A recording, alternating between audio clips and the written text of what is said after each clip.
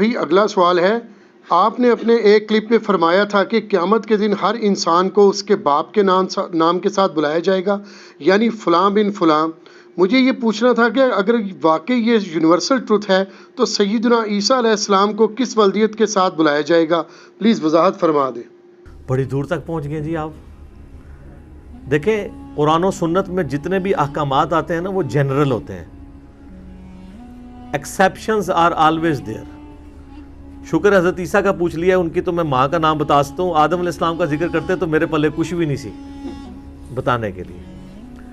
تو ان کے علاوہ کی بات ہو رہی ہے نا، ان کے سوا کی بات ہو رہی ہے۔ بخاری اور مسلم دونوں میں حدیث ہے کہ قیامت والے دن ہر جو خائن شخص ہے اس کے لیے میدان محشر میں ایک جھنڈا بلند کیا جائے گا، عہد شکن اور خائن حکمران کے لیے، تاکہ ڈومیننٹ ہو جائے کہ یہ مجرم تھا دنیا میں، اور کہا جائے گا یہ فلاں بن فلاں کا جھنڈا ہے۔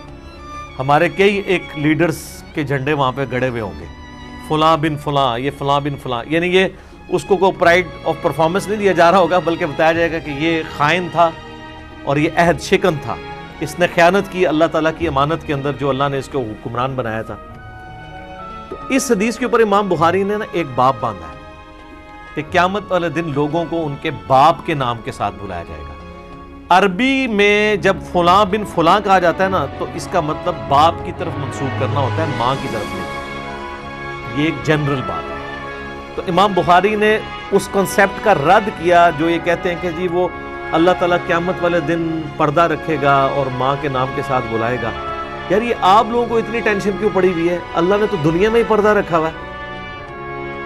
صحیح بخاری اور مسلم دونوں میں حدیث ہے کہ بچہ اس کا ہے جس کے بستر پہ پیدا ہو، خواہ اس کی عورت نے کسی کے ساتھ منہ کالا بھی کیا ہو نا، تب بھی قانوناً نبی علیہ السلام نے فرمایا بچہ اس کا ہے جس کے بستر پہ پیدا ہوگا۔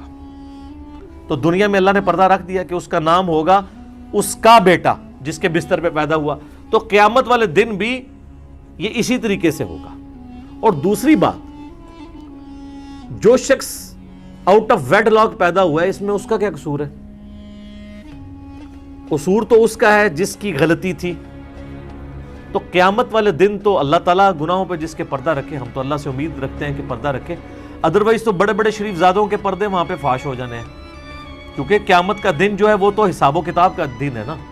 اس میں جب جوڈیشری میں کوئی چیز پیش ہوتی ہے، پھر گواہوں کے ساتھ پورے کا پورا نامہ اعمال جو سورہ بنی اسرائیل میں آتا ہے کہ اپنا ہی نامہ اعمال پڑھ آج اپنا حساب کرنے کو، تو خود ہی کافی ہے۔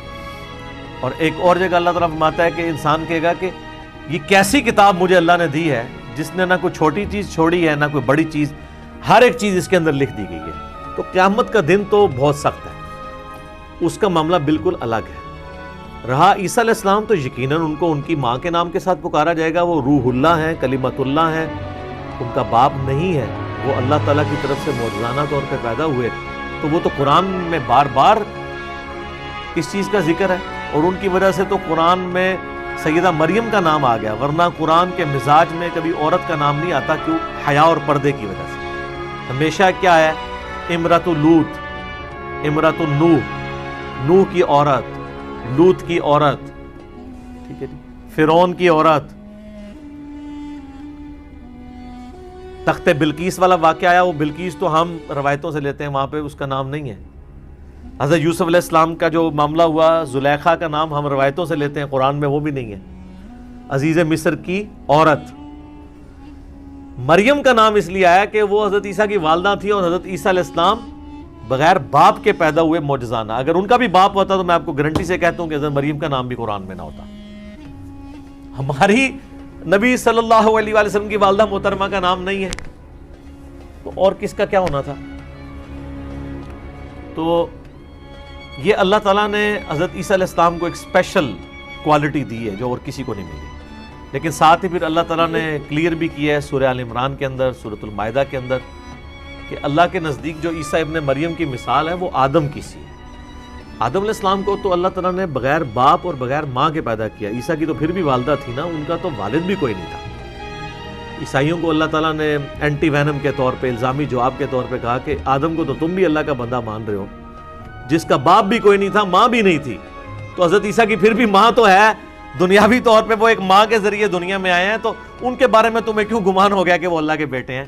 اگر یہ گمان کسی کے بارے میں لگنا چاہیے تھا تو آدم علیہ السلام پہ لگتا، وہاں تو وہ بھی مان رہے ہو کہ تم اللہ کا بندہ ہے، تو یہ بھی اللہ کے بندے ہیں۔ تو حضرت آدم علیہ السلام چونکہ ماں باپ کوئی نہیں ہے، ان کو ان کے نام کے ساتھ ہی پکارا جائے گا۔ حضرت عیسیٰ علیہ السلام کی والدہ ہیں تو ان کی والدہ کی طرف نسبت ہوگی، باقی سب کو باپ کے نام کے ساتھ پکارا جائے گا۔ یہ تو بالکل کلیئر کٹ مسئلہ ہے۔